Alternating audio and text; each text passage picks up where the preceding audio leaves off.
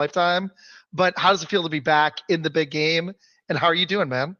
I'm doing great. Thank you for having me on. Let's start there.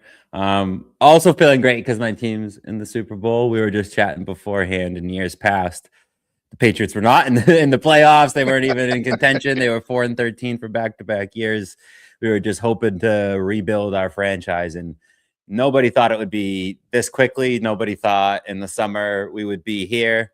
I know I wasn't. I picked us to get around 9 wins, and that was like high. When people were picking 10, 11 wins, I was like, oh, you're a homer, right? Like nobody expected this. No, I was thinking maybe 10 and a wild card I was like, I could see that as a ceiling with Vrabel. Maybe that was like a hot trendy pick, was maybe the Patriots as a wild card, but that was about it.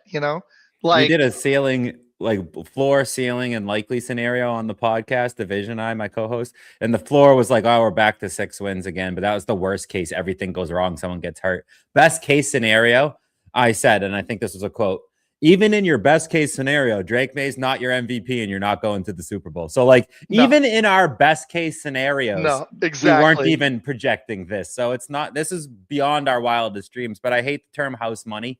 Like, have you ever been to the casino and actually won money and you're like, house money? Yeah. Then you blow it too easily and you're irresponsible with it. So we're not irresponsibly. We're not taking this for granted is the analogy, right? Like we're very happy to be here. We're underdogs.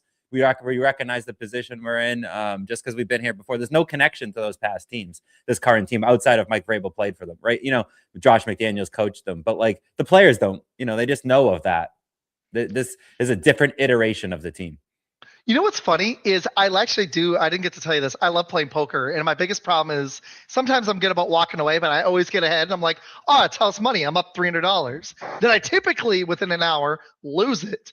Yeah. That's my mistake. But I love playing poker. But dude, no, exactly. You nailed it. Seattle as well. This was the odds on both teams to make the Super Bowl preseason. If you placed this bet, the odds were absurd. Weren't both teams more than 60-1 to make the Super Bowl? Yeah, I think that's correct. Yeah, they were the complete long shots, both of them. I love it. That's why I was like, I got to talk with you. I'm sorry, it's going to be only 40 minutes. If you're game, I would love to do the mock, the big one that we always do, that we've done twice now. But I'd love to have you and Division with me and Med in March. We'll figure it out later, though. But okay, let's talk this game. If we have time for prop bets, I know we got 35 minutes. I'm going to stick to it. Damn, dude. How are you feeling on the game? You guys are 4.5 point underdogs.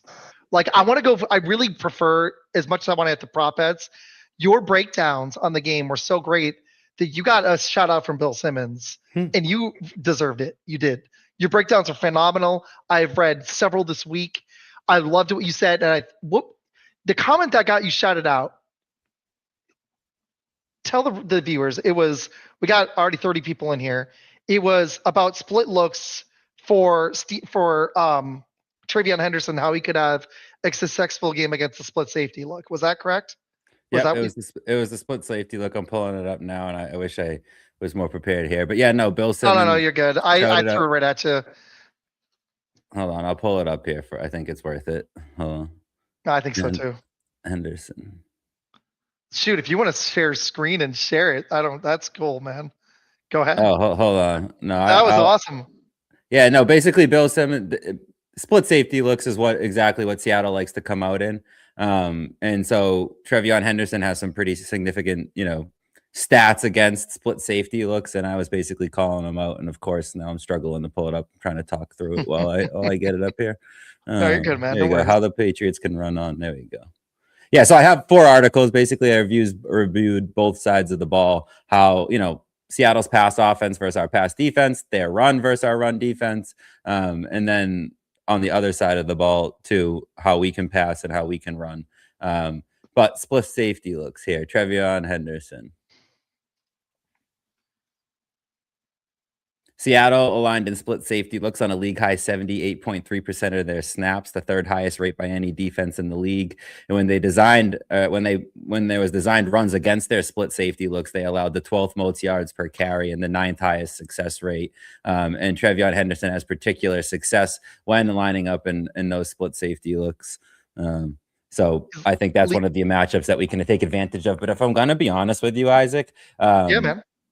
it's not a Trevion Henderson focus. Like he might get 5 or 6 carries in those looks. Like it's going to be the game plan is going to revolve around other things. It's going to revolve around Drake May's legs, I think, a lot more than it's going to revolve around Trevion Henderson or even probably Ramondre Stevenson. Like I think if they run the ball in this one, they're running it to put it out there and to set up play action, and not so much to run it with like a high level of success. More like, 3 yards of carries, they're going to be fine with that. It's if Drake May can hit some explosives off of play action and if he can run the ball himself. I think you're probably right. I think if they are successful, that makes it even easier for Drake May. I was just reading on it. He has the highest success rate in the league, 55.9. Henderson does, with over 300 yards on only 68 carries and 2 TDs in those looks. But you're right. At best, he gets 5-6 carries because there's been, you're a Pats fan, even better than me.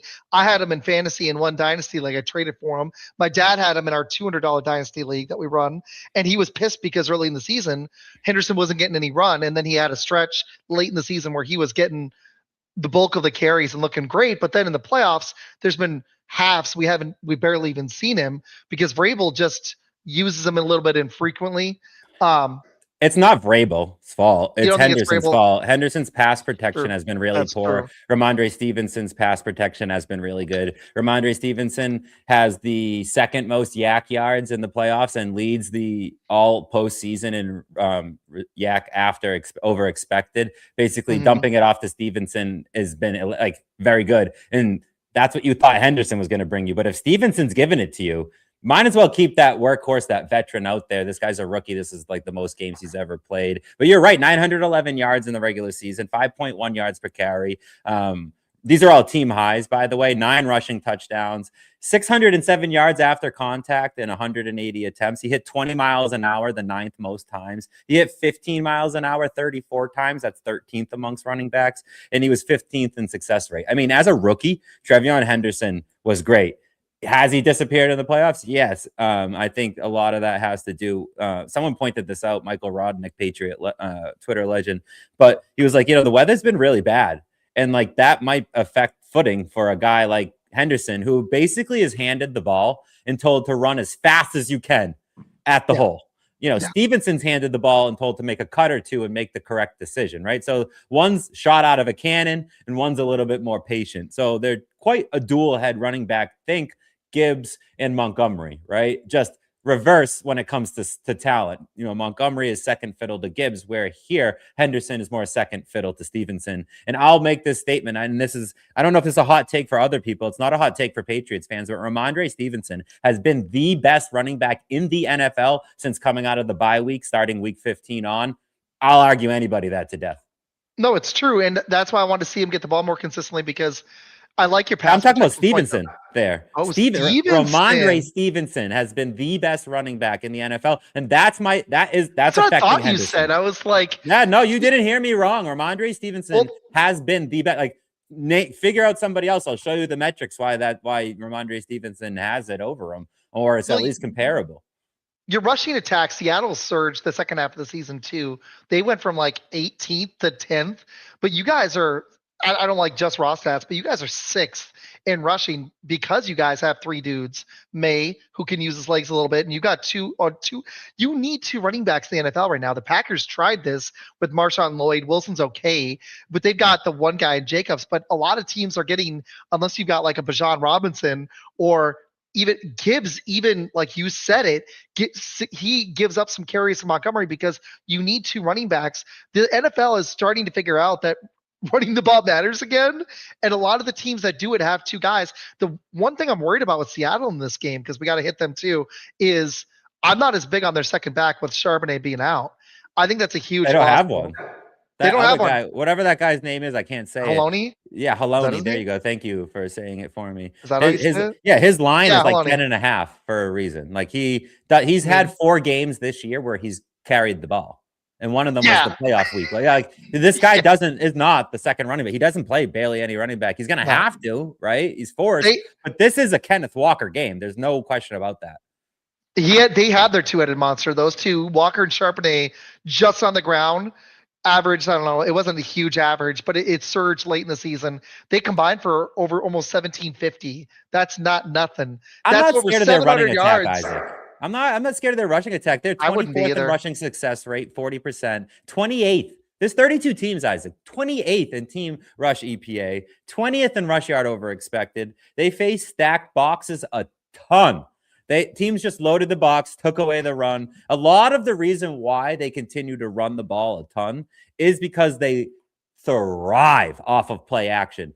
Sam Darnold is so good off of play action. I mean, they are nasty off of play action. So sometimes they don't run it to win it. Similar to the Patriots, they don't run it to win it. They run it because they want to use play action, and they just need to show you it a couple times and from different looks. I mean, Kenneth Walker, watching this game is going to be fun for some people who aren't used to Kenneth Walker, because Kenneth Walker is the most patient running back in the entire NFL.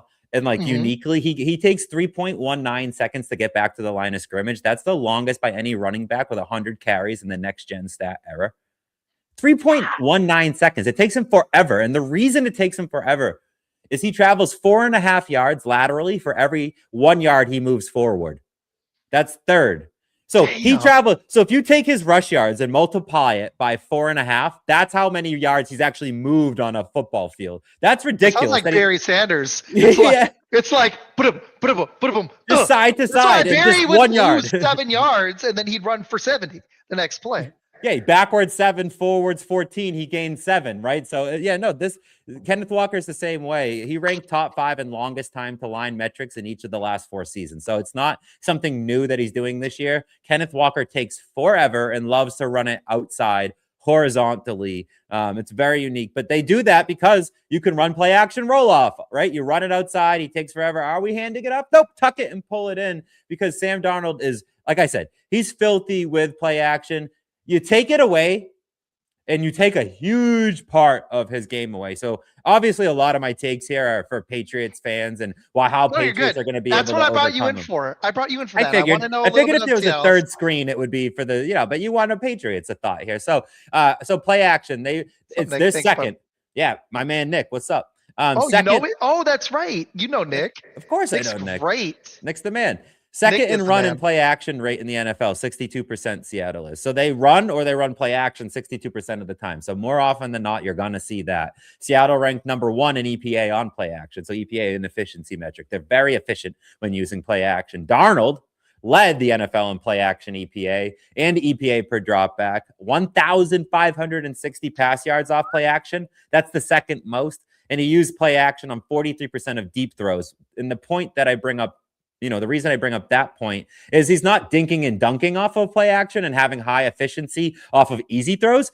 He has the second most deep throws efficient. He's throwing the ball downfield and still remaining highly efficient inside the red zone, an 80% completion rate on play actions. But here's the way that you take it away. You take away play action. You take away the run. You can take away play action a little bit easier, or you just tell your team, don't bite on the run, because it takes Walker forever to get to the line of scrimmage anyway. So sit back, wait, see if it's play action or not, and then go attack, because you can do that. You can make up your speed. You guys are fast. The Patriots are fast. They're not big. They're fast. You take away that play action, 51.9% completion rate on non-play action passes, and they have 9 touchdowns on play action. So if you can remove play action, you remove scoring and you remove efficiency. Without play action, Darnold drops to the bottom of the league.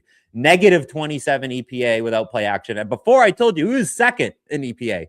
Without play action, 23rd. Deep ball rate falls to 7.2%. That's 29th. Time to throw, 2.63 seconds. That's 24th. That just tends to happen when you don't use play action. Your time to throw is going to drop, but it's 24th. So he has very few time to throw. Pressure rate drops to 29.3%. So if you can disrupt that, if you can take the run away, take away Walker, which hasn't been efficient all year because he's had a second fiddle. He doesn't have a second fiddle. They haven't been efficient all year. Tell the Patriots defense, don't worry about the run. Sit back, defend the pass, react after the fact. I think that's the words out of my mouth. Yep. I was saying, don't load up on the box unless Walker's killing you. Which is possible. He's good, but I would not make that my focus. I would not let JSN and a Rashid Shaheed shot beat me. That's what you got to stop. You cannot let JSN get, and he's good. It's going to be difficult, but you got you've got it. That's got to be your focus. He cannot get 125 yards, and Darnold cannot throw for 300 plus. That has to be your defense's focus. And the good news is your pass D. People forget this. I know you guys had a cupcake schedule, but your pass D is top 10 and can handle this. It just needs. I would be trying to shut down Darnold and put this game on Kenneth Walker against you have to pressure him. You have to pressure Darnold, and because that's how you get to Darnold. Darnold isn't.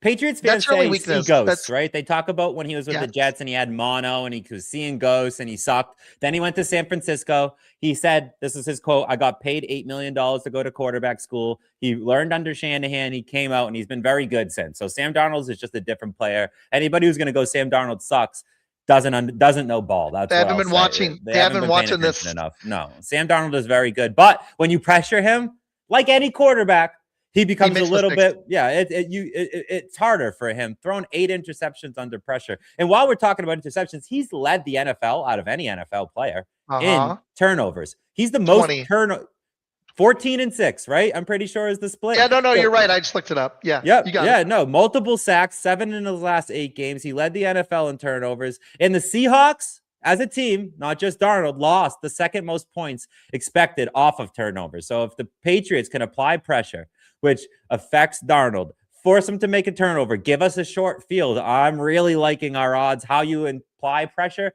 has to be Milton Williams and Christian Barmore up the middle. They are weak at center, and they are extremely weak at right guard. So I think that's exactly where you attack. Anthony Bradford at right guard allowed a season-high 8 pressures, including a sack, and a 40% block snap rate last week in the NFC or 2 weeks ago in the NFC Championship game. You need to attack that matchup. The Patriots ranked 7th in time to pressure and number 1 in pressure rate versus play action. Milton Williams had 3 quick pressures in the AFC Championship game, quick pressures under 2.5 seconds. If Milton Williams can use those 3 quick pressures, last Super Bowl, Milton Williams had 2 sacks. So I'm looking for Milton Williams to blow up that right guard and apply pressure on Sam Darnold because and I think Seattle knows it. Seattle lays their tackles on an island more than anybody else because they know they need the help inside. So they need to leave their tackles out on islands. But then you have Clavon Chase on, right? 1 sack in 3 of his last 4 games, 8 sacks total. He lines up on the right edge more often than not. So he's going to see Lucas, who gave up 4 sacks, and he's on an island 80% of the time. So I really like the Patriots to get after Sam Darnold, force a turnover, live in a short field. That's exactly how they're going to win this game if they do. If it's not Drake May going absolutely nuts, it's the defense going absolutely nuts. He's right. That's the key. I'm curious how you guys are going to attack their defense. We're going to hit that in a second because we got about 20 minutes. So if we have time for prop bets, dude, you're absolutely killing it. You nailed it, though. It's how they're going to win this game is and where they have, I think, the edge. I think you'd probably agree they have the edge in the receiving core with the collection of JSN, Barner, Shaheed they acquired late. Cooper Kupp still can do a little. You got Kenneth Walker as a receiver. You have Arroyo. Torrey Horton's out of this game. And Nick Emenwari, that injury is huge. We'll hit that in a minute. But their collection of the receiving core led by the best receiver in the league this season with JSN, statistically and just all around. He was awesome. That is one of the strengths of that team, especially on offense. Oh, my gosh. That's where you guys can win this game. You're either going to win or lose it right there. Like you just said it, getting pressure on Darnold, that's when he makes mistakes. And it's not, like you said, just get a little bit of pressure. When you have pressure in his face and he's sensing pressure in the game, that's why I'm curious if Darnold can rise to the occasion. But that NFC Conference Championship game showed me a lot because he was able, apparently, did you hear this too? Emenwari is good to go? Yeah, he's off the injury report. That's what I figured he was. I was like, he's got to be 90, at least 90%. But he's nasty, by the way. He's oh my gosh! I wish we drafted him. Nick was on this guy. So was Med. I loved him. I wanted him so bad for my Packers. He went to Seattle. I was like, that guy's gonna be a stud, and he has helped. Especially with McDonald, like McDonald with the Kyle Hamilton comparison to him. Like he already had the prototype. He already had it all figured out what he wanted to do with him. It made too much sense. Oh yeah.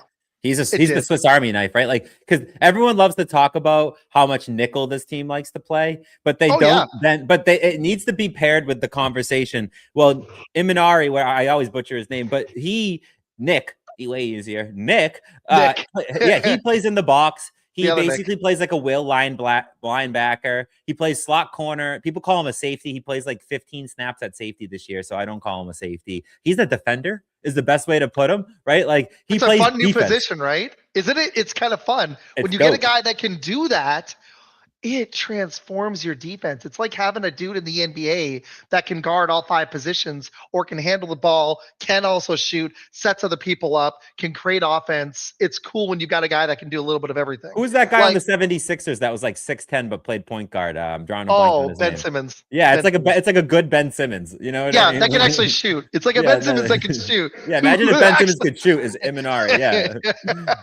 But the Celtics have had those players. Like Jaylen Brown can guard like 3 positions. When Tatum's healthy, he can guard. You just can't cover the 5. Like, you know what I mean? Imanari, I don't think you could put him anywhere on a field where he'd be out of like mismatch. Safety, fine. Corner, fine. He can play linebacker, and he definitely can pass rush. I mean, he's the Swiss Army knife. He has 765 snaps. Of those, 88 came outside on the defensive line. So he's played defensive line 88 times. 285 inside the box. Linebacker, lineman type style. 378 in the slot. So he's a cornerback, 8 outside corner and 6 at safety. So like he has literally played, Izac, everywhere on the field. So when they say, oh, they're coming out light in nickel, well, maybe Imanari is just playing on the line. And so they're really not light because he's a cornerback. And so that makes them in nickel. And I would suggest, no, maybe they're more like in base because they're playing Imanari. So I don't like that using the light. You know, they come out dime a lot though. Dime is kind of fun. When you can roll a guy like this that can play that defender position, it makes your dime. Yeah, he's great. Obviously.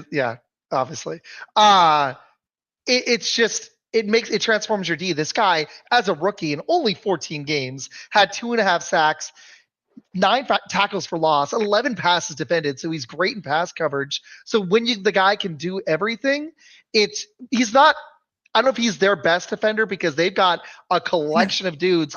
The problem with their defense is so good. You can't. That's what I'm worried about. They're so good. Their defense. So like when you talk about attacking, So this is what Division I talked about it yesterday on the pod. We did a full breakdown. Go check it out, Fox Fellas Pod. But anyway, what we said was, what? I'm gonna put it in the stream. Hold on. There's not a hole in this defense. There's not a weakness in this defense. But what there is, they're number 1 at a lot of things, and then they're like 10th at some things. And so you're like, okay, they're 10th. That's our opportunity. They're not freaking number 1 at that spot, right? So like they're excellent on early down. And so my take was if you can get them in third down where they're not as good, that's good. And someone goes, yeah, but they're so good at early downs. And I'm like, no, point well received. Good luck getting to third down, Patriots, right? Where you excel and they don't. But if you can, that's your opportunity to cash in, right? So it's not like any of these things I'm going to say are like true weaknesses because this team is freaking filthy. Like they are so good on defense. Number 1 defense. They, I think, are like 4 spots in DVOA behind the 2007 Patriots. Fox Fellas Pod, guys. Fox Fellas undefeated. The undefeated until the Super Bowl. Not obviously Patriots that year. I think we ranked like 7th all time. This team's like 13th all time in DVOA. Seattle is really good. They are unprecedented good. They are. So I don't have the way to tell you to beat them. If I did, I would be in San Francisco right now, playing, working for the team, right? But there are some areas you can attack. I think one area to attack is Drake May using his legs. Drake May running the ball is going to be the way I think that if they're gonna win or get some chunk plays, he could be the catalyst. Seattle's most vulnerable when quarterbacks extend plays into scramble lanes. I think this is a good matchup for them. He can be like, call him a chaos agent, right? Because they're going to need to do wrinkles. That's my take here. They're going to need to do things that Seattle isn't so used to. For example, RPOs, keepers, designed runs. They haven't faced many designed runs. I think they've only faced 2 quarterbacks who have actually run a designed run against them. So Seattle, while they're very good, they don't have tape. They haven't defended this yet. So we don't know if they're really good at this yet. Potential wrinkle, right? Seattle against Russian quarterbacks in their limited sample size. I'll add that. 5.3 yards per carry to quarterbacks. That's the 4th most. Okay, we're starting to get somewhere. We have a little weakness. 6.7 yards per carry on scrambles. 11th. Okay, 11th most. Okay, we have something. 2nd best in first down prevention on scrambles. Damn it. They let up lots of yards, but they don't let up first downs. Like crap. Like we like that. So they're good. They're efficient in that way, but second most scramble yards allowed. 345. Seattle's allowed the 10th most yards off passes thrown off platform. Okay, so maybe get Drake May out of the pocket, get him rolling out, off platform, broken play. See if he can roll out, throw the ball. If not, tuck and run it because they're not used to a scrambling quarterback. They've allowed 5 broken play touchdowns, which is tied for the most. So if you can break some plays, get some off script going where you need the defensive assignments become murky. I think that's where you're going to attack them. But that's pulling out a little draw, pulling out some strings there, Isaac. But I think Drake May is one of the most efficient running quarterbacks, right? So I think he has the most scramble yards and scrambles about 10% of the time. So 10 plays, he's going to scramble on one of them. So I like Drake May running the ball in this game. And to just preview ahead, I know we'll do props later, but I like a Drake May rushing prop for sure. You got 15 minutes before you got to go, or how long do I got? No, we can go a little bit past 7. Let's go 7:15. Okay, so I'm going out to dinner, so I just got to make sure I can get to my dinner plans. No, you're good. I started late. It's my own fault. It's totally. This is a good conversation. With dinner can wait. I know this is great. You know what's funny? So I was just reading on this while you're talking, and the Rams, what they did was run 12 personnel, and I'm wondering if that's something that you think that they'll do, because the Rams ran 12 personnel, like literally they were 4th lowest in the league at 4.7%. Or sorry, wait. 4.7 in the playoffs, only 9.6 during the season. So they didn't use it very much. Almost a quarter of the plays against Seattle, 22.4. They ran 12 personnel, and he averaged 9.7 yards per attempt for 374 passing yards, 3 TDs and 0 picks. A large part of that was 12 personnel. Do you think the Patriots will do that with Hunter Henry? And do you see that as something that they're going to use? Yes. More? I think so too. I'm betting we're going to see that more than TreVeyon Henderson against split safety looks. I think you guys might run 12 personnel, 20%, maybe 25. So in the regular season, we used it 9.3, and the league average is 22. So to see a 23% usage would just be right around league average, which I think is good. That would be an improvement for the Patriots. And it's crazy because out of 12 personnel, we're not very good at running the ball. Second fewest yards per carry, a 25% success rate, which is the 3rd worst. But they use 12 personnel on 19.3% of their plays during the regular season. So when you average it with the 9% in the playoffs, it's even decreased there too. Slightly below average output. But I think that if you go heavy, so maybe not so much like a 12 personnel, but like, a jumbo package even. Going big is my point. Patriots use jumbo, 6 offensive linemen, more than most teams. And I would expect an increased usage. It's going to pull a defensive back off the field is what it will do. Because we just talked about it a little bit earlier, that they love to go dime. They'll use Imanori in the box. Which is so smart. So smart of that defense to run it. That's the right way to use that personnel. I love when coaches use their tools to the best way you can, because I even watched my defense at times. Hafley would run the first half well, and then would go way too cautious. It wasn't just LaFleur. And I didn't feel like he used our personnel as effectively. That's coaching. You have to do that. And Imanori allowed them to run dime. Without Imanori, I don't think dime works for them. Yeah, no. Without Imanori, dime doesn't work for him because, again, it's almost like nickel, right? Yep. It's almost like when they say dime, they mean nickel. When they mean nickel, they mean base, right? Like because Imanori. But we were talking about Drake May's legs. Out of 12 personnel, he's super explosive running the ball. He's got gains of 10 or more yards on 11 scramble runs out of 12 personnel, so he's got 4 of them. Ramondre Stevenson and TreVeyon Henderson across their 71 carries have 3. So in 11 scrambles, Drake May has 4 big runs, whereas the 2 running backs have 3 in 71 carries. Look for Drake May out of 12 personnel to run the ball. He's very explosive out of that. But like I said, 23% to 9.5% pre to post buy. So, that's pretty significant. And that I think what you want to look for is when the Patriots do something well, but they don't do it often. That hints to me they're going to do it in the Super Bowl. Right? Like we've been waiting to do this. We do it well. We know we do it well. We're not going to do it often. For example, if you flip over to the other side, blitzing. We've been just as good at blitzing all year, but we've increased our blitz rate from 25% to 40% in the playoffs. So it's not that we've gotten better at blitzing. We've just done it more. So sometimes we know what we're good at. We don't do it a lot because we want to do it in the right spots. So Josh McDaniels is famous at this. Run the ball at your center's ass 3 times in a row, get 2 yards. The defense gets super confident in themselves. They start to feel like, oh, when they do that, I know what to do. I've been blowing it up all day. And then when you need it, you run play action off of it and you hit a bomb to somebody for 40 yards downfield to set up a field goal that helps you take the lead. Something, some sort of script like that. So I would expect wrinkles to be the way you take advantage of Seattle's defense, doing some things just a little different. They haven't faced a running quarterback. Extensions of the run, screen passes, short passes, quick passing game. That's something that you can do to, like, it's basically running, right? Like, you're not beating the defense. You're almost getting them the ball and hoping they can do something after, just like a running back, right? It's not like you're trying to throw the ball downfield with air yards and get all your air yards, get the gain off of the air. I would say quick passing to Ramondre Stevenson is going to be another one too. Like I mentioned earlier, he's a yak leader in the playoffs. How many yards did you say he had in the playoffs? He was awesome in the regular season too. You're talking about Ramondre Stevenson? Yeah. So I mean, the Patriots as a whole, league average, they were 16th in yards after the catch. But in the playoffs, particularly, Ramondre Stevenson has been very good. So I'll pull it up for you. Just give me a second here. No, I knew he'd been really good. I didn't have it. Third most yak in the postseason. That's 104 yards. Running back. That's a running back. No wide receiver has over 50 yards a yak this postseason through 3 games, and he has 104. His 52 yards over expected is the most. So he's like one of the best yards after catch humans in the NFL playoffs. I love it. So I gotta ask this, okay? Because me and my dad were talking on the way here, and I told him, I was like, Dad, do you want to come on? But he hasn't wanted to hop on a show for a little bit. He's knee deep in this shooter that we play together called Tarkov, and Escape from Tarkov, and he's been loving that. So he knew. I was like, Dad, I'm doing a show with Pete. He's like, oh yeah, Pete.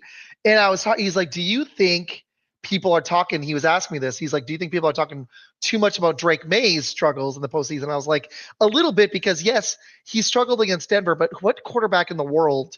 And I'm sorry, I don't think his weapons are like the best. It's a good cast. I love the running backs all collectively. It's good. There's no JSN in that group though. You don't like yourself some Stephon Diggs? I love when Diggs is on with Hunter Henry, when used effectively, when they have Travion going with the Stevenson. That's a pretty fun little group. The receiving core leaves a little bit to be desired, but we've seen some flashes from Booty. We've seen some flashes from Kyle Williams. Hoping to see more of him in the future. I think he could be an awesome deep threat. We saw a little bit this season, but he has a 1 yard line in this playoff game. If you like him to get 1 yard, you can get him at like plus 400. What? Something like that. No. Yeah. If you like, are you Kyle kidding Williams, me? 1 yard. So it's just one positive. I put my whole card out there. So I took a ton of props, like 36. How much did you bet on Kyle Williams? Did you bet like $20? No, it was like $1. Like, you know what I mean? Like he's only worth a dust. Yeah. Because it's plus like 400 or something like that. You can make a payout. So I have my whole card out there. It follows the same game script, so I'm not expecting Seattle to win. But so it all follows what I think is going to happen in this game. So you think the Pats are going to win? I think the Pats are going to win money line for sure. Kyle Williams is on my card for I call it a dusting, Isaac, when I put like $1 or $2. It's just like I like that. No, I like that. You're like, just want to sprinkle. It's like when I got a 2-7 and I'm on the small blind and I gotta call $1 to call. I'm just like, you know what? It's suited. What if I hit? And I've done it before. What if 2 sevens and a deuce come up? No one expects you to be in. Baby. When 277 comes up on the flop, nobody goes, somebody just got a full. Everyone would have folded that, right? Nobody expects you to have, So I agree with you. I'm 100%. I love poker, by the way. Yep. Poker is we could do a whole show on poker. I like hold'em myself. I might take you up on that because I totally could. Really quick, do you think? Oh, I know, man. The odds. I used to watch it. My dad studied it. I know a decent amount of odds. He knows even more, but he used to have a book and we'd read it on like what you are pre-flop, what you are after the flop. You need to know that. If you're not doing that, you're just having fun. You're just like out there doing. Sometimes I just F around a little and I tend to like be really streaky. I'll get a bunch of hands and then I need to take a break or quit. I like playing cash games versus tournaments, but yeah, we play every time I go now. And I'm going to move out there and he lives like 5 minutes from a casino. So I'll probably be going a couple times a month at least. But okay, really quick. Do you think, How are you feeling temperature-wise about Drake May's postseason? 5, let's say 5, you're feeling great. 1, terrible. 2, 3, 4. How do you feel like he's played just in the playoffs? 3. Given that's where I'm at too, because you look at the Texans game, he threw 3 TDs. That's not nothing, man. That Texans D to me was the best defense in the NFL this year, and I don't know a quarterback in the planet that would have had a great game against Denver in Denver with that defense with the weather. I just think there wasn't happening. The weather has been a huge factor. The weather, I mean, in the Denver game, we all saw it. It was basically who isn't going to mess up, it turned into, and Drake May didn't mess up and actually got that first down. So huge of him there. He scored the touchdown on a QB designed run. That was big. The 3 touchdowns against the Texans. He had like a 37-yard run to set up a field goal against the Chargers. So he's been like clutch and doing the things that he needs to do, win in advance. It's been mainly the defense that's carried the team throughout the playoffs. But when you go from a cupcake schedule to playing the top 5 defenses 3 times in a row, you should see a suppression in the statistics. You just don't like how many fumbles he's been doing, if he doesn't put the ball on the ground, I'm saying 4, but the ball on the ground makes him minus a point because all these turnovers are starting to stack up. You have to put some of that on the offensive line, right? And like their protection of him, which has been porous. They have a rookie left guard who's out of position. He played center. He is a center. I hate when they do that. We ran into that with Jenkins. You had to though, because we wanted to play him, and he's not ready to make the calls at center yet, so you had to play left guard. It's almost like one of those, and it got him a year of experience. I don't know if Rabel called this either, so I think he was like, "Listen, you're going to go out there and get some experience this year," and it's like, "Oh wow, we're starting to win. You can't bench him now." So it was almost, I almost want to wonder because we have some good backup, like Ben Brown, might not ring a bell to most people, but he's a fine backup guard. I've heard of him. Yeah. He's solid. Yeah, solid. We had to do this where we didn't have a center. We didn't sign one. So we moved our all-pro guard to center, and he was not nearly, he was out of position. You could tell it's such a change, like just moving one spot on the line. Some guys can handle it and do just fine. But some guys are far better at one position. It just depends on the player. Typically, they're better at one position. But Will Campbell's the other rookie too, right? I was talking about Jared Wilson. Will Campbell's the other rookie, and so on the left side, you have 2 rookies. You have a veteran center, a veteran right guard, and a veteran right tackle. A very good right guard and right tackle. The center is, I would say, average, right, in Bradbury. So the obvious area to attack is that left side, and teams have been absolutely doing it. In the divisional round, we had a 62.5% pressure rate against the Texans, 8 pressures, 5 sacks, the highest pressure to sack ratio in May's career. So these defenses have been getting after it, and Will Campbell's been going up against Hall of Famers, essentially, in Benito and Will Anderson. So I'm almost like, you've had tough games. Will Campbell allowing 5 pressures, but 4 pressures in back-to-back games, but you've been going up against the elite of the NFL. So some of that's to be expected. And they've been trying to give him help, but he had a press conference and he was like, it's weird. I'm getting the help and I'm doing worse when I get help than when I'm on an island. So he's got a little something to figure out, there. But May's been sacked 15 times this postseason, the most by any player to reach a Super Bowl since 1970. Oh, right? He's taken a sack on 48.4% of pressure dropbacks. That's nearly double his regular season rate. So what he's experiencing in the regular season is doubled and way worse in the postseason, and you're seeing way worse numbers. So it just makes sense. So since it makes sense, I'm not so much down on him. I know that he has it in him. And again, the weather. You add on defense plus weather, you're gonna see the numbers. Like, what's the equation? Good defense plus bad weather equals, what does that do to an MVP caliber? You could have had Stafford. You could have had Stafford out there with Nakua and Devontae, and I'd be surprised if he scored 20. He might have had 2 TDs. Maybe he gets 17. I don't think against that Denver defense in Denver with that weather, I don't think many guys would have thrown up 20, even in their prime, even with weapons. I mean, like 20 probably is the ceiling, man. So 10, it was tough, man. That defense, the weather, seriously, Stidham, the one mistake, that was the game. It really was. Yep. You have to give credit to the defense on that, too. I know people go backup quarterback, but under pressure. Yeah. We did exactly what we needed to do. That should have been a defensive touchdown, by the way. I had a prop for defensive touchdown. Oh, I know. I thought it was going to be. Well, it was, but they blew the whistle inappropriately. They should have let it play out. I mean, they should have let it play. We scored, so it didn't matter.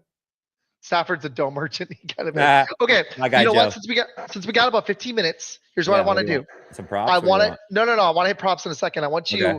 I'll give you mine after. Give me Yeah. your little story, like your story or prediction of how you think the game plays out, and your score prediction, MVP. But how do you think it plays out? And then I'll give you mine, and then we'll some props. I think a short field is Dude, going to decide you the rock. game. That's a good question. What's I the gotta question? hit that. Sorry. Sports Who needs SP. who needs to win more, Vrabel? And nobody needs it more. I don't even know if I don't know if I have a take on that. Like I they think both want it Vrabel- the same, though. You know. I think Vrabel's done a slightly better job, but you can't take anything away from McDonald. No, Getting that Seahawks team to the Super Bowl through Seattle. he's done a phenomenal job. Absolute phenomenal job. Dude, but I thought Vrabel's they a were gonna coach be of the third year in- for a reason. Like he's turned around the most improbable team, and as the way he's pulled every single string, gone for it on fourth down aggressively and hit successfully. Vrabel's just done everything right. And just a quick little moment on Ramondre Stevenson and Mike Vrabel. Ramondre Stevenson lost his best friend and lost his father at the beginning of the year. They passed away, and so he was in a mental health state very low. And he came into the season, if you remember, he had fumble issues in that Steelers game early in the season, really. There was like a 2-game span where he had 3 fumbles, and people in New England are talking about cut him, trade him. What's he even doing here? Or why isn't Henderson playing? You know, you could see him on the sidelines nearly weeping. And in the press conference, Mike Vrabel kept saying, we need Ramondre Stevenson. We need Ramondre Stevenson. Dude, he's our best player. That crap takes it out of you, man. Like, I had to take a break from the shows when I was getting the divorce. My aunt died 2 years ago. You were on right after that. Yep. I remember.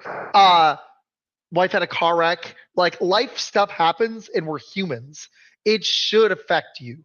Like, it's okay. The thing was, Vrabel picked him up every single time at the right moments. Pulling the right strings. Signing, there was some undrafted free agents like Ponder and Durden. I don't know if Durden was actually an undrafted free agent, but nonetheless, those two guys are pickups, and they may have major roles on this team. Like he had Woodson, a 4th round pick. He was the 5th safety on our team. We had Kyle Duggar, Julius Peppers. We had Epps on our team and Hawkins, and then you had Woodson. We traded away Peppers. Duggar. We cut Peppers and we cut Epps before the season. So our 4th round safety, he had so much confidence in, and he was able to see that skill level that he was able to cut 2 veterans, get rid of 2 veterans, 3 veterans essentially, right? So Vrabel's just made all the right decisions at all the right times, and I think he deserved this Coach of the Year award 100%. So in this playoff game, I think he could be a factor in this playoff game. He has Super Bowl experience. Josh McDaniels has Super Bowl experience. There's other people on this Patriots team with Super Bowl experience. I think Cooper Kupp might be the only guy on the other side with Super Bowl experience. So that could be a factor in these weird games. Super Bowls are weird. Halftime's longer. There's more times for reviews. Everyone's under more scrutiny. Radio Row's been going on for 2 weeks. No one's in a home. He's talking about my dog. Yeah, he wants some tacos. My dog is freaking out because she hears people outside. No, you're killing him, man. Keep going. Sorry. No, but I think that's the game script, right? Like, there could be something wonky going on in the game. I'll start there. I think a short field could decide it. Like if there's a turnover on a short field, that could be the difference maker in points. I think this is a field goal game. Most Super Bowls are decided by, one score. 60% have been decided by one score in the last 15 years. So it could be, but 25% have been 2 touchdowns or more. So it's very volatile. It's either a close or a blowout, essentially. I'm surprised. We were counting. I didn't look at Super Bowl history, but I couldn't even think of that many that were more than one score when I was talking with Med last night. I'm surprised I thought it was like 75 were one score. Well, there's a lot of 1-score games going on there. And the most over was the Patriots Eagles, and the most under was Patriots Rams. So the Patriots are in some unique categories when it comes to over unders and lines. But the 4.5, most of these are decided by 2-3 points, field goals, like I said. So 4.5 points, even if you take the 4.5 points and Patriots lose by a field goal, you win the bet. So that's why I like the Patriots at the 4, because I think this is a close game. One of the props I saw, just to sneak ahead, the largest lead, 14.5 points. That's crazy. I'm taking the under on that one. I don't think this game ever really gets out of hand to bring it back to game script. I don't think it ever is one team dominating and another team chasing, like trading back and forth blows. I don't think it's a defensive game. I'm taking the over. I think last week showed us that even if you have a really good defense, yards and points can be scored. I think this is a good offense. And I think high score, like a 50-something-ish point game where a short field might decide it, and give me the Patriots to win. Nice. I took the Seahawks by 1 score, but I took them 31 to, I think I said 27. I'll go 28-24. Run back the same score from last time. I could totally see it. I went 31. I'm trying to remember what I said last time. It was either 31-24, 31-20. No. It was 31-27 because I had them winning. I had them covering the line. I agree with you. I just think I'm a little worried about the Seahawks defense. I think they're going to create a turnover or two. I think it's going to be a fumble from May or Stevenson or Henderson or a receiver. I don't know if May will even throw a pick, but I think there'll be like 2 lost fumbles, and maybe the Seahawks lose one late. I think they will, but I think it'll never be more than 10. And I think New England easily could win this game. They're a good enough team. If Darnold or anybody makes any mistakes, New England's good enough to win this game. I could totally see it. I kind of hope it does. This is weird. This is a different Pats team. I know you're going to hate me. I got a little tired of the Brady thing, but this is a fun team. I love the Vrabel's coach. I feel completely differently about them. Maybe it's because they hadn't been in it for a minute, but I love Drake May. I really love Vrabel's coach. I like Henderson. I love that Stephon Diggs has grown up and been a leader for them. You needed that. That has been perfect for you guys. Thank you for letting me go on my soliloquy. I'm slightly going Seattle, but I don't think people are too on the Seattle train right now. The Rams proved you can put points on them multiple times. Yep. San Fran was just too beat up to do it. They just were. This is a great question. I want to have props, but quickly, I meant to ask you this earlier. This is bullshit to me. I don't want to curse too much, but it's no excuse for either of those guys. Come on, man. How many Super Bowls do you got to win? If Belichick doesn't make the Hall of Fame, you could give me all the, Deflategate and Spygate and all that BS. But if he doesn't make it, there should never be a coach ever again, unless he wins 8 rings, that gets in the Hall of Fame first ballot, because there's no excuse. That's my take. Everyone knows that. Everyone knows Belichick should be in the Hall of Fame. Nobody I mean, Kraft can wait. I don't care about Kraft. Kraft can get in eventually. I don't really care. He's like begging to get in, and I think that's pathetic. But like the Belichick thing, if you ask the robot, come up with a way to decide who gets in the Hall of Fame, and then you fed the resumes to the robot and you fed Belichick, it'd be like, obviously. So there's obviously something else at play here, right? Belichick obviously decides in. But I have 2 interesting takes on this that are just everyone knows he should be in. I'm not going to sit here and tell you how many Super Bowls, how he has the most wins, playoff wins, second most all-time wins. I'm not going to go through all of that, right? So 2 things. The snub helps Belichick. Belichick has been in a PR blender for how long? Dating Jordan Hudson in the meme cycle with him holding her up on his legs and being all super weird and creepy and old. The UNC losses. Game sort of passed him by, starts to get talked about, right? Shut out of NFL jobs, blackballed is being whispered. Ongoing Cold War with Robert Kraft. No Patriot scouts can come to UNC. This whole thing, right? So he's getting mocked. He's declining. Everyone's saying he's lost his fastball, revising history, saying it was all Brady and Belichick had nothing to do with it. Clearly, look at him now.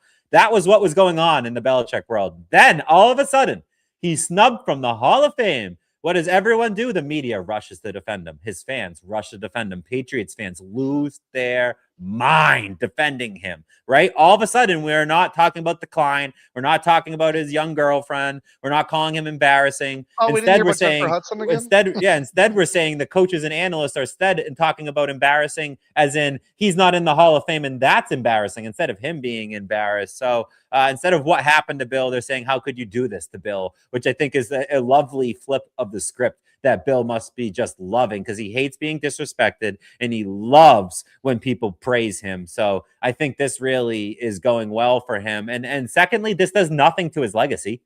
No. So if it did something to his legacy, he might care, but he's already like I said, robot knows he should be in. Anybody with a half a freaking brain knows he should be in the Hall of Fame. Everyone knows he's the greatest coach ever. No one's even close in championships, longevity, playoff success, adaptability across eras. He's makes the Hall of Fame look so dumb. It makes them look so political. It looks so personal. They look small. And so I just think Bill Belichick's like, fine, put me in the second year. I could give a crap. And honestly, that's my take too. I could give a crap. He'll get in eventually. Everyone's losing their minds. But now it makes me not care about the Baseball Hall of Fame and now the Football Hall of Fame. I don't care. When someone goes, oh, he's a Hall of Famer, I'll go, what's that matter? They don't know what they're talking about. They have 50 old people who can't remember who they voted for. They need to fix it, though, because the system sucks. The system sucks. And the game, to me, the NFL game, people that say it sucks, I'm like, you're not watching, because the NFL's, I love it, especially right now. It's great. But the two things they could absolutely fix are the MVP voting and the Hall of Fame voting. It makes no sense. It's two easy fixes. At least they don't have a problem with the game. They do have some rules issues and refereeing issues. Yeah, the rules is the biggest real thing. That's the review policy and what's a catch. Those are the two things I have beef with. And I don't like the tush push, but that's not like, that's just my personal thing. I think the tush push sucks. I think it's not football. Not a great product is my point. And it's also, you get the 4th and 1 and it's automatic and it's like boo. One guy's going to get a helmet slammed into his back and be fucked, and then they're not going to. Sorry, didn't mean to curse. I've got people watching. It's going to be hurt, and you don't want that. So they need to fix it. That's the hardest thing. That's the worst thing that's ruining the NFL right now. I don't think it's the product, personally. No, the product's excellent. The product's great. Like, NBA's got a product problem in some ways, mainly during the regular season. They got some things they need to fix, personally, for me with the abolish NBA. the flag football, though. That would be the only thing I would get rid of. Like, what is that? Ugh. I forgot it was on. It was on a Tuesday? I didn't even watch it. I made a post about it. Yeah, someone posted. That's how I remembered. I'm like, oh, yeah. I posted. I was like, why? I'm not going to watch the Pro Bowl. But why is it on a Tuesday? Give me my crappy Pro Bowl on a Sunday. Don't take up a good time. Come on. I was like, I'm not watching. Imagine if it was on a Sunday at 1. You'd be like, come on, put something good on the TV at the times that I like. So they can't do any right with the Pro Bowl. No, just turn it into like they need a dunk contest version for the NFL. Give me something. Well, crazy. I thought it was fun when the guys would throw the ball as far as they could. Let's have the. But they don't want to do that. They're going to hurt their arm. Let's have, exactly. Let's have the quarterback see who can throw the ball the longest. Let's have the kickers do a field goal. They already kind of do this, but let's have the lineman kick. Let's have, linemen receive receivers. Punches. Let's have them race. Let's just have fun with it. Let's make everyone laugh and have a good time, like celebrities and stuff. Let's, Snoop versus just bring people out. Do something NBA style.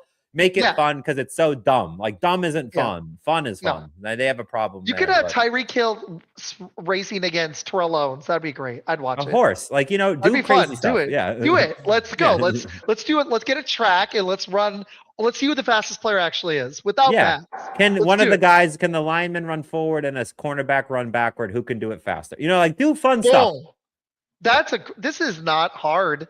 We just did this off the top in 2 minutes. Come up with better ideas. You need to listen to my pod because you already listened to Pete Collins. Yep. And you should take these ideas and sprout them on your show where 500,000 people watch it. Yep. And let's get the NFL actually thinking outside the box here because this is not hard. Yep. This isn't hard. All right, we got a few minutes. Let's do prop bets. Yep. I'm trying to get you to your dinner. All right. I suck. I don't have them all up. Okay, 4.5. I agree. I think the Patriots cover the line. What's a player prop that you liked? I forget where it's at. I like the Travion Henderson prop. You gave me the Kyle Williams prop earlier. It was 1 yard. Yep. How many yards was it for Travion? Was it 22.5? 18.5. They're really fading Travion Henderson. Dude, come on. I think he can get that. Unless he 5 to 6 carries. 5 to 6 carries. 7 touches. Efficiency, yeah. He gets it. 8 touches, he gets it. 5 at 4 yards a carry. Oh. That's baseline efficiency. He averaged 5.1 in the regular season. So really he would need 3 or something but anyway, 5 carries gets him this. Seahawks split safety uses. We already talked about it. Just under 80%. Henderson burst split safety, 68 carries, 319 yards, 2 touchdowns, 4.7 yards per carry, 59.9 success rate, which is the best among qualified running backs. So you get him against those split safety looks. That's the one that Bill liked a lot. I also like on Henderson, he's super fast. Henderson, fastest ball carrier, plus 750. That's a great payout for Henderson running pass. I saw that one. I like that one. That one's a sneaky one. Speed profile. He has stay on for a minute. We're gonna hit that one. He has 20 miles per hour 4 times, 15 miles an hour 34 times. There was the longest run in the game. Longest rush, Travion is plus 143 at a rush for 10 like plus that. yards, which like is funny that one. because the Henderson receiving rushing combined is only 27 and a He half. doesn't catch So the if he ball. busts, that's true. If He he doesn't do busts, that. Yeah. I'm sad he doesn't. I wish they used him that way, but I get why. He's terrible in pass protection, so you can't have him on the field if he's going to blow a block. It In just doesn't passing work. scenarios, he can't be out there. 'cause Especially then in this game with Seattle's pass rush, you can't have running backs blowing blocks. That could anybody. Yeah, exactly. Someone who likes to block is Mac Hollins, and I like Mac Hollins to catch some balls in this one. His line is at 26.5, so I took that, but I also took him at 60 plus because it was at plus 450. Mac Hollins pre-injury was getting 7 targets a game, and he led all Patriots wide receivers in snaps in the AFC Championship game. And if you'll remember, everyone was talking about Drake May's shoulders, it hurt, and then the very next play he got a flea flicker throw to Hollins. It was like a 30-yard something catch. Hollins is the guy. Seattle deep leak is what I call it. 226 deep pass yards allowed against the NFC Championship game to Stafford. 60-yard path is basically a 2 explosive catch for Hollins. So I think he gets that 26 and the 60. I like him at that. That's why I like the 450. That's not bad. That's why I like the Kyle Williams prop, because I think that's one way you guys beat them this game is a few deep. Drake May's got a deep ball in the right. Yeah. I think he's got the best deep ball in the league. Booty's the best deep ball guy on the team. I have him as longest air yards on a single reception, Kayshon Boutte. So basically gonna catch the deep ball. Deep target rate, 23.9%. Yards per target, 17.2. EPA per target, plus 7.4. The first amongst wide receivers. He is the best at the deep ball. And then you say, well, what if he gets locked up? Tight window connection with May, 9 of 15, 60%. 60% on tight windows. I mean, throw it deep, throw it in a tight window. You saw it on Lattimore, that one-handed diving catch in the end zone. That's how Drake May began his career, with a bomb to Boutte in the end zone on Lattimore. And then in the playoffs, he throws a bomb to Boutte on Lattimore. I mean, he loves throwing bombs to Boutte, and I would expect Hollins. Booty bombs. Booty bombs. Yep. I love the next-gen stat era coming into the prop. Oh, man, it's fun, isn't it? Yeah. Like, I love the stuff up. What do you think about Stevenson over 14.5 rushing attempts? Do you think that happens? 14.5 I think is a good number for him to get rushing attempts. I don't have his rushing attempts in this one. I'm more taking his yards because I don't want to trust the volume. What about Walker at 72.5 rushing yards? I think I would rather take Walker's attempts. That's what I took. I took Walker's attempts and not his yards, because I think it's about volume for Walker and not efficiency for Walker. So I didn't want his yards. In fact, I would take his under on yards because he's not very efficient on yards. But I took 18 plus rush attempts at minus 155. No Charbonnet. Walker's your only running back. We talked about how Holani's not going to get, and that he's not the guy. He had 19 carries versus the Rams and then 19 carries against the 49ers. So taking him at 18 plus feels safe. I would also be comfortable taking him at 19 plus carries. He played 61% of the snaps in the NFC Championship game. And like I mentioned earlier, run play action rate is 62%, second most. So they're featuring Walker in some way or another, 60% of the time. So I really like his rush attempts. Question for you. Do you like this one? I'm on, I know I shouldn't be on ESPN, but I'm on like 4 different sites. I saw this one ESPN. Yeah. Stephon Diggs, I know. I hate ESPN, but they had a good list. Stephon Diggs under 44.5 receiving yards. I think this is a Diggs game, especially if you guys win. I think he gets like 80 to 90. But do you think Devon Witherspoon or whoever lines up against him in the Seahawks secondary can shut him down? I think Diggs has been taken out of plenty of games this year, but it's not always by the defense. Sometimes it's by our offense, like intentionally. Like that's just not the game plan. Like the game plan could be Hollins and Boutte deep. And, because the air yards per attempt for Stephon Diggs has been declining every single year he's been in the league. And this is the shortest air yards he's ever had in his entire career. So he's mainly a zone beater and underneath guy. So I might like his catches as an over, but under on the yards. Like he might get like 6 catches for 40 yards and hit the under, but you're like 6 catches. That's got to hit over. I don't know what his catch line is, but I think he could get short yardage. He's not like necessarily a yak god. So like short, fall down on the ground, 6 yards, second and long, throw to Diggs for 6 yards to shorten a third down.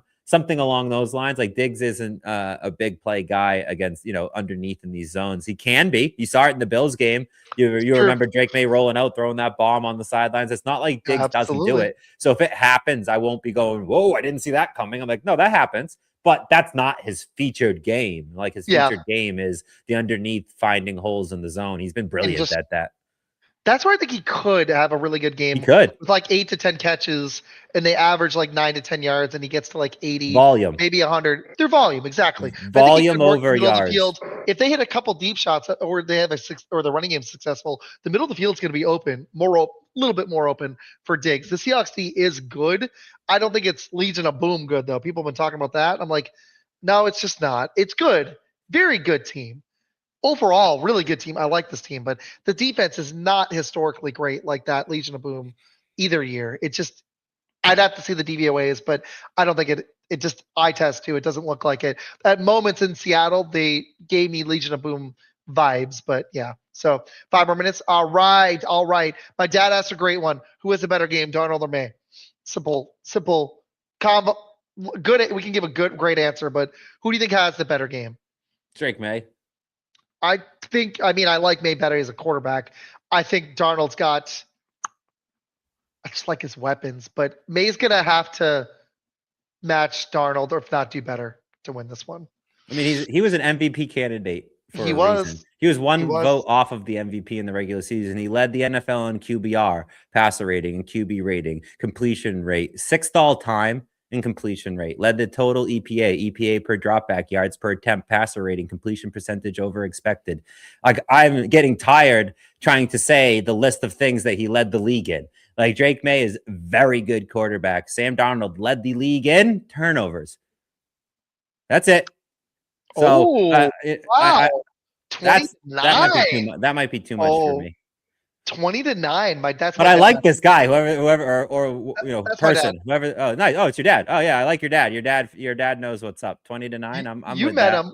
We're gonna be doing the mock draft again. Yeah. We're gonna have a blast. Okay. Since we're running out of time here, any final prop bets you got? And then I want you to give. I'm gonna rattle off. I'm just gonna rattle. I'm gonna rattle real quick. I want to interrupt. Patriots 7.5. So parlay Patriots plus 7.5. May 1 touchdown. May 200 yards. Reason I like that is if the Patriots were to lose but have to pass at the end of the game, he gets over 200. He gets his touchdown. That's at plus 126. But in reality, I think Pat's money line is a lot safer. 230 yards and 2 touchdowns. You parlay that at plus 600. Pat's. I took it also at 190. I took May's longest rush, 13.5, the over there, 5 yards per carry. But he's also done this twice in the playoffs. He has a 37-yard rush versus the Chargers and a 28-yard rush versus the Broncos. So I like him to have a long rush in this game. And I spoke about his long rushing and explosive rushing out of 12 personnel, which we both agree we're going to see a little bit more of. I also sprinkled a little bit him on MVP. 7 of the last 10 Super Bowls, the quarterback wins the MVP. If you don't give Drake May the regular season MVP and then he wins the Super Bowl, how do you not give him the Super Bowl MVP is kind of like my take. To miss out on 2 MVPs seems really strange. It would take like 2 touchdowns or 150 yards from somebody else that's not named Drake May, or a defender scoring a game-winning touchdown, or a special team, something along those lines. I like Stevenson over his 50.5. I also took him at 60 plus. He's the workhorse. He cleared this in 8 straight, the 50 number. He had 25 carries versus Denver, so volume is there too. I like him to score a touchdown, especially out of jumbo. The Pats have scored 10 touchdowns out of jumbo, the most in the NFL. 13.5 first quarter rush yards. If we receive to start the game, the odds spike on this one. And in reality, he really probably needs 3 to 4 carries to get to 13.5 in the first quarter. That's at minus 114. But I also took his receiving yards over 24.5. He averages 28.6 yards per game. He had 75 in one game. I think that should be noted. But we also went over his brilliant yards after catch, which I think plays a factor, especially given Seattle's susceptibility to yards after catch. I also took his first quarter receiving yards at 5+ because that's one catch, and that's at plus 175. And then you smash Stevenson together with May for 100 combined yards between the two of them at plus 108 plus money. I thought was crazy for those two to get 100 together. You're basically betting on the Patriots running for 100 yards because Trevion Henderson doesn't run for a ton of yards. In past results, Denver 136 combined, Houston 80, Chargers 119. So the 2 out of 3 they would have hit in the one game. They fell 20 yards short. They combined for 111.7 rushing yards a game together. May leads all QBs in rushing yards, and Stevenson is the team lead in both carries and rushing yards. So I like both of them to rush. I also did a dusting at plus 3,000 for Stevenson to get Super Bowl MVP. Should May not get it, I like him at 30-1, which is better than you could take Stevenson 2 touchdowns, but if he gets 2 touchdowns, he's probably going to win MVP is my take. 2 touchdowns is 9-1. MVP's 30-1. So you just get better odds. Same thing for Patriots money line. I don't have a Patriots money line bet that's not in a parlay. The reason I don't have it because Drake May MVP is a much better vote or much better pick than Patriots money line. If Patriots win, it's Drake May wins MVP. Better payout for Drake May MVP. So I think that's the angle and the way you attack betting. And from that sense, I also parlayed Henderson and Stevenson's lines because I took them individually. I already mentioned Mac Hollins. I already mentioned Booty, Kyle Williams, Kenneth Walker, 18+ rush attempts. Barner, anytime touchdowns, just because of the unique usage. 10 attempts, 9 first downs, 1 touchdown. He's a non-QB sneaks because he's a tight end. End zones, he has the second most targets, and he has 5 touchdowns. Halani under 10.5 yards just because he's only run the ball in 4 games. So when he gets it, I just don't expect him to do much with it. Cooper Kupp to not score a touchdown. Minus 380, so the probability is high, the payout's slow, but he only has 2 touchdowns in 16 games in the regular season. He's definitely games played. He still can make some third down catches, but he's older. He's just not the same. Still a good player. Good player. Marcus Jones, anytime touchdown at plus 2,800. He has 3 touchdowns this year. If that's just as many as Cooper Kupp. Mm-hmm. Cooper Kupp and Marcus Jones have the same amount of touchdown, but their odds are just crazy different. So I like Marcus Jones. It's crazy perception how much it does here, right? Context matters here. He's the punt returner, and he also is your slot corner. So you expect him to have some opportunities, at least a couple punts, at least a couple opportunities to score a touchdown. Jack Westover, anytime touchdown at plus 3,000. He's our fullback. Reason is there's a great story here, so I only bet $1 on it. But he's a UW kid. He grew up a Seahawks fan. So anytime you grow up a fan of the team you're playing in the Super Bowl, catch a touchdown against them is always kind of fun. And then how can we not bet on the coin toss? I got tails, and then in another, because tails never fails, Isaac. And then my last one is Patriots win the coin toss. It's 50-50, obviously, on both of them. But the only way I lose the coin toss is if Seahawks win off of a heads. So don't let it be Seahawks heads. I gotta bet on if there's a commercial bet next year, what's the first movie trailer drop? Because I love it. Dude, yeah, he's the best. Go check out his show. Let me put it back up really quick. Wait, he had one really good question. I know you gotta where is it? It's Fox Fellas Pod on Twitter, but Fox Fellas Pod all over the place. Yep. His question for you. My dad had a score prediction and something. Do you believe Vrabel gets Henderson involved early and often? Or do you think his usage will be the same? He came in a little bit late. Not early. I think he gets often. 6 to 8 touches ish. 5 maybe. Yeah, it might be less.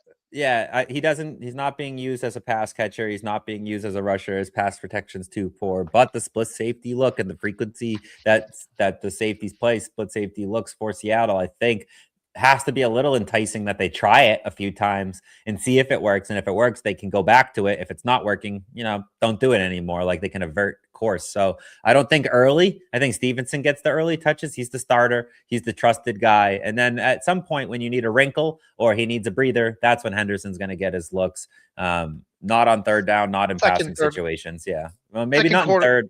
Second, third quarter. Yeah. Yep. 2-minute drills. I love them. Absolutely. 2-minute drills. Yep. Darnold has 3 turnovers. May gets 1 rushing, 1 passing. Stevenson gets over 90 is my dad's prediction. 20-9. Everybody watching, you guys freaking rock. Pete, you got to go, but quick, when's your next show? What you guys got coming up? What you doing tomorrow? Anything you want, floor is yours, man. All right. Yep. So the next show is Monday. The show is Foxborough Fellas Podcast. You can find us, like you said, on SportsZone _BOS on YouTube. Twitter, Instagram, all the good places. Another person here. Yeah, Nice. I got articles out that break down insanely too long of a breakdown on every single aspect of this game, a whole gambling card. I did a 5-part series. I write an article that previews it. We also do a preview episode every Friday and then Monday. So Monday's our next episode. We'll be breaking down the game, hopefully celebrating the Patriots win. Going to our 12th Super Bowl, hoping to win our 7th. The 7th would put us at the most Super Bowls ever. So when we talk about being the best franchise, we always have the Steelers enter into the chat and remind us that they're tied with us with Super Bowls. I'd like for them to exit the chat and us for to have the most Super Bowls. So we would, Divish, my co-host, who's brilliant, and I would love to be celebrating that on the podcast on Monday. But yeah, hopefully you're listening to us celebrating. Heck yeah. Good luck, dude. I got a Spaces tonight on Twitter, 9 p.m. Eastern with Jamie Jayhawk and Med. He's now known as Nercadia, and anybody that wants to pop in, come join. I'll be on there, and I'll have another Spaces Monday after the Super Bowl at 8 p.m. Eastern. But, dude, this was a phenomenal show. We got to do another one soon. Good luck tomorrow. Have a blast. I hope you guys win, and congrats on making the Super Bowl, man. Seriously. Thank you. Go Pats. Oh, wait. And getting a shot on Bill Simmons. That's got to be like a Super Bowl win. So that was pretty cool. Congratulations, dude. That's freaking awesome. Seriously. But everybody, thank you for watching. We had over 200 people on the stream. This was awesome. Appreciate you guys. I will see you again in a couple hours. Thanks for watching, everybody. Thank you, Pete. Enjoy your dinner, man. Peace.